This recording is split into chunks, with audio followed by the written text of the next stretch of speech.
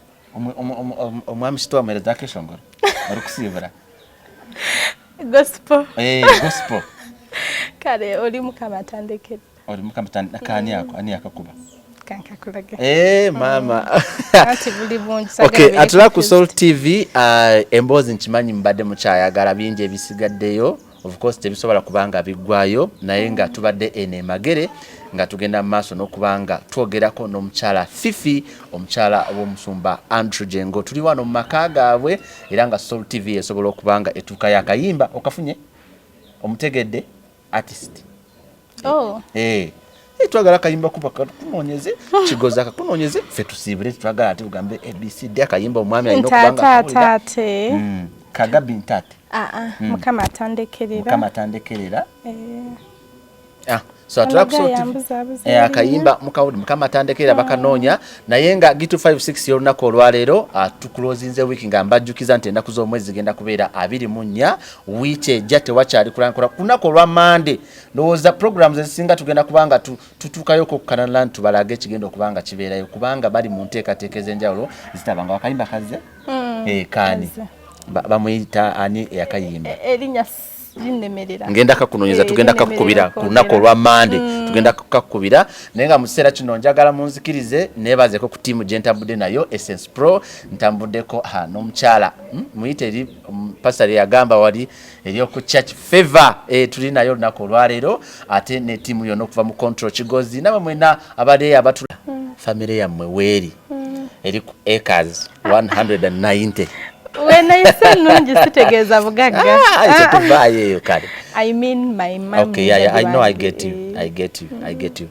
atula ku Soul TV tukyagenda maaso n'emboozi yaffe ne mukyala Fiona obudde bwo tudduka naye njagala kubuuza ku lunaku olwa Sunday straight twalaba ebbanga eri liweddewo lyonna omwami yavaayo n'akwanjula olunaku olwo wali okisuubira nti kigenda kubaawo mwali mukimanyi oba naawe you are surprised? Nali surprised. Tunyumize kyali kitya? Twali very okay. Netwetegeka netugenda ku church. Kati nze ninawo wentuula ebiseera ebisinga ndwawo nnyo okutuula wano. Totuula wano nga abakyala b'abasumba we batuula? Nze kutuulawo maybe nga waliwo like ng'omukolo obanga 31st kale kwezo big occasions. Yes. Naye normal Sundays ntuula ku floor ya waggulu with my in-laws and friends. Gobeera otulabira eri. Bambalaba. Bane ng'oli unique nnyo. Abantu baagala kutuula. Naye nga lwaki otuula waggulu lwaki otuula wano wansi wetu? Yensonga lwaki abantu baali surprised okuvaayo n'ojja n'otuulawo ne bakuba enduulu? Abantu abo bamanyi. Obadde okyatunyumiza saagala ate tubuuke wali. Ne mwavaayo ewaka nga buli kimu kiryoke. Kati jjukiramu eyo wiiki yennyini mwe mwali mwafulumidde bino ebintu ne mugamba bwati tobyogerako bireke gwe just tukole service erinomo tudde awaka ebyabaddewo byonna mwena wiiki tobyogerako nangamba okay. Nali ndi awo nampita kati ze mukubeera waggulu ne mugamba nemba nga mukolera signs ne mugamba don't naagaana nampita. Kati mukumpita ateka abantu bonna ne bakyuka ne batunula waggulu ne cameras ne zitunula waggulu sign option ne batulaga sign option nga nina kujja era omukyala alina okubeera submissive of course omuntu aba akuyise nti Fifi jangu ate lwaki mbanga Fifi novaayo tambula tuli mu kutambula olwo ng'oserenge tovaayo waggulu. Nzija abantu bandaga okwagala ne bansanyukira nange nensanyuka nengenda nemubuuzaako nembuuza ne ku bantu. Banange enduula eyali awo. Kati wali we yagambira babe wawulira otya awo? No kiri nomo. Mweyita babe? Yeah. Okay. Olwo bwe watuukawo crowd omwami n'alyoka yogeraawo ebigambo wawulira otya? Kubanga ebyo ebigambo ebyo ebiseera ebisinga omusajja abyogera aba akwagala aba agamba ekijja kakijje kambyogere n'alyoka atuwa emboozi. bulijjo yali aŋŋamba no Fifi, I want to marry you. I want to marry you. Ne mugamba, you marry me naye it's okay to marry kino. Pressure nyingi, this and this. Tulindeko good enough wendi, sikutaddeko pressure. It's okay to marry kino ne kino. Kati laba bagenda katuti n'agamba I want to marry her next year November. Ne ngamba, it's okay. Okwegamba wawulira nga kyekyo kati wakkiriza naye nali mugambye tulindeko, let's do this before marriage, let's do this. Nagamba no, you really deserve this. Nagamba waba alaba nga you deserve it. I deserve it, then why not? Yeah, then why not? Why not? Banaffe munaye twagala kugenda ku masala wali. Ne mugamba okay, it's okay. Naye nga okundaga nti akiremeddeko yakyanamusingira mu church. Yes, nati yekeeko. Then obwo tuba tukyali awo ne wavaayo aba criticizing munange, of course obimanya ebintu bino bwe bibaawo si buli omuntu asanyuka. Wali abavaayo ne ba criticizing nga bagamba kati alaba mutandise mugenze ku mikolo temunazimba church ate bino simanyi somero simanyi biki ebisinga yabitunnyonnyola era abadde abafollowinga show yaffe bagimanyi. Gwe bwe wabibuulira that criticism yajja oba okuwakanyisibwa bwe kwalimu wawulira otya? Byebimu ebyali bindeetera mugamba nti tulindeko, not because nti nali sikyagala, of course everyone akyagala, naye that pressure olaba just yavayo n'agamba she's the one, siyina ring siyina kinene batandika oze mukuwasa oze mubakazi nze bandi mubameka, so bye nali saagala. Ate era sibira nti buli akola emikola alina kuba nga yamaze buli kimu mu nsi. Tekiri ekyo. Bangi bawasizza nga tebanazimba ne bawasiza mu mizigo. Si musango naye bumala Katonda ba blessing ne mukola ne mugula ettaka ne muzimba. Ekyo kiri normal. Church eri okay. Just maybe ate church bananga amanyi church ate church bagizimba da almost bakola almost finishing. Church nze natuka nenjirambala najiraba. Bantu bangi bawasiza nga tebanamaliriza buli kimu. Okay, so kati waguma. Nze naguma dda. Bannange waguma dda. Naguma dda. Kakati bwe tukomawo tusigaza ekitundu kyaffe almost dakika ndaba zituddukako. Anjagala tugendeko mu luyimba bwe tukomawo.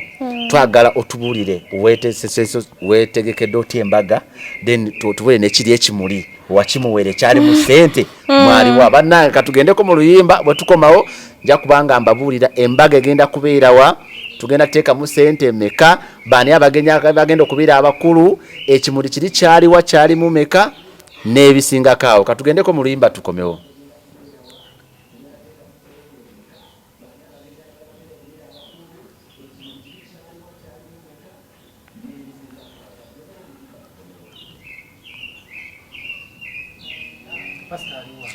Pastor mgamba je.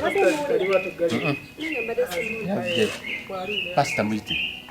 Pastor. Musumba. Tengana mu kitundu kyaffe kisembayo. Mbozi ono. Mwabaze. Alaba media abantu abasinga. Tumwabaze. Control. Police ogenda kubasobola. Control. Totya bantu.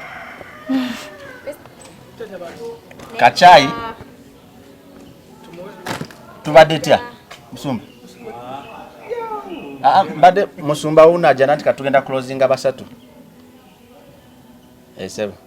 Appearance yange. Musumba bambi batulinze. Musumba jangu. Bambi tonswaza kubamba gande kumpi. Kale sigala awo. Tujja kukola bwe tukamera.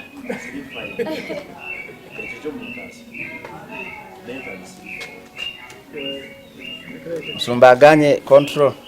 Gatali fine atidde.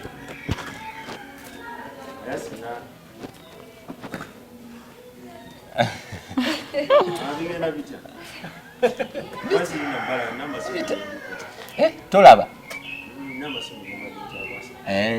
Bitambula bulungi nga bali wansi bali mu kubuuza abantu bali ku TV bali mu kutulaba. At least so kukirira olaga ekitundu ekisembayo. Muli live ku YouTube. TV. Batadde ku app Facebook. YouTube. YouTube we erabika eri live nayo. Era ko mba music kati bajijjako. Music ebeera copyrighted bw'oteera ku YouTube. Naye wansi at least abe ekitundu kyaffe kisembayo. Nedda musumba lwaki era omusumba toli mu mudu sibitegeera.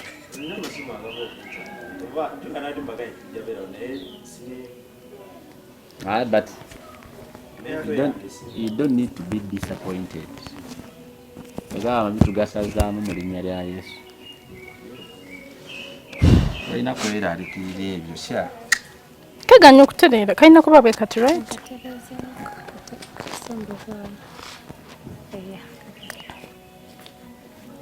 Dakiika ziri meka awo? 63. Ekitundu kyaffe kikola kye tugenda okukola tusembeyo tumalirize. Kiriwa kyoyagala okwogerako? Nga gwe ekikubuuze Oba ki? Tewalinya. Genda kubuuza biki by'osinga okwagala, biki by'okola besides minus ministry like business, then biki by'osinga okwagala your hobbies? Ndeka. Tombuuza hobbies. Hobbies. Oyinza okuba oyagala netball.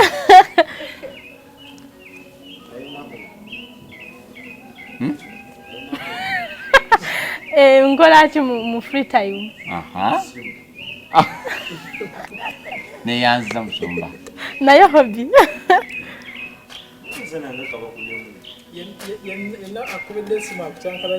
Musumba akubidde essimu akukyankalanyiza. So yabadde yena nnyuma gato. Kakaja ne kabula kati mbadde ngenda kyusa naye odda nkalaba nga kajja kakamenga. Era kati kawa kagenda kukula.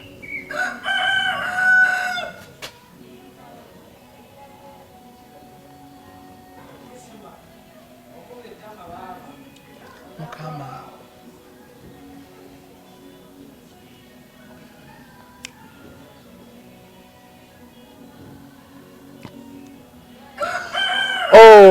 Akayimba ako kalungi okuva ew'omukyala oba omusumba Sara Serumaga musumba kati ku UCC awo Kawaala wansi. Mbabuuzaako mwena abatulaba mwena abatulabira mu nsi yonna tukyagenda maaso ne program eya G256 awo Kasubi wansi. Kasubi wansi anti njogedde Kawaala olwokuba nti tuli Kawaala wadde tuli ene Magere. Awo Kasubi wansi ku UCC mbabuuzaako mwena tebavaako ku G256. Njagala dakiika zino zitusigazza olunaku olwaleero atulina omukyala Fifi abasinga bamuyita Fifi. Kati tutwayongeddeko eri amami. Olaba bwe bamaze okwanjula we bati mu church ne batandikirawo mami. Abantu bawulire tebakuyita mami. Are you comfortable with it? It depends.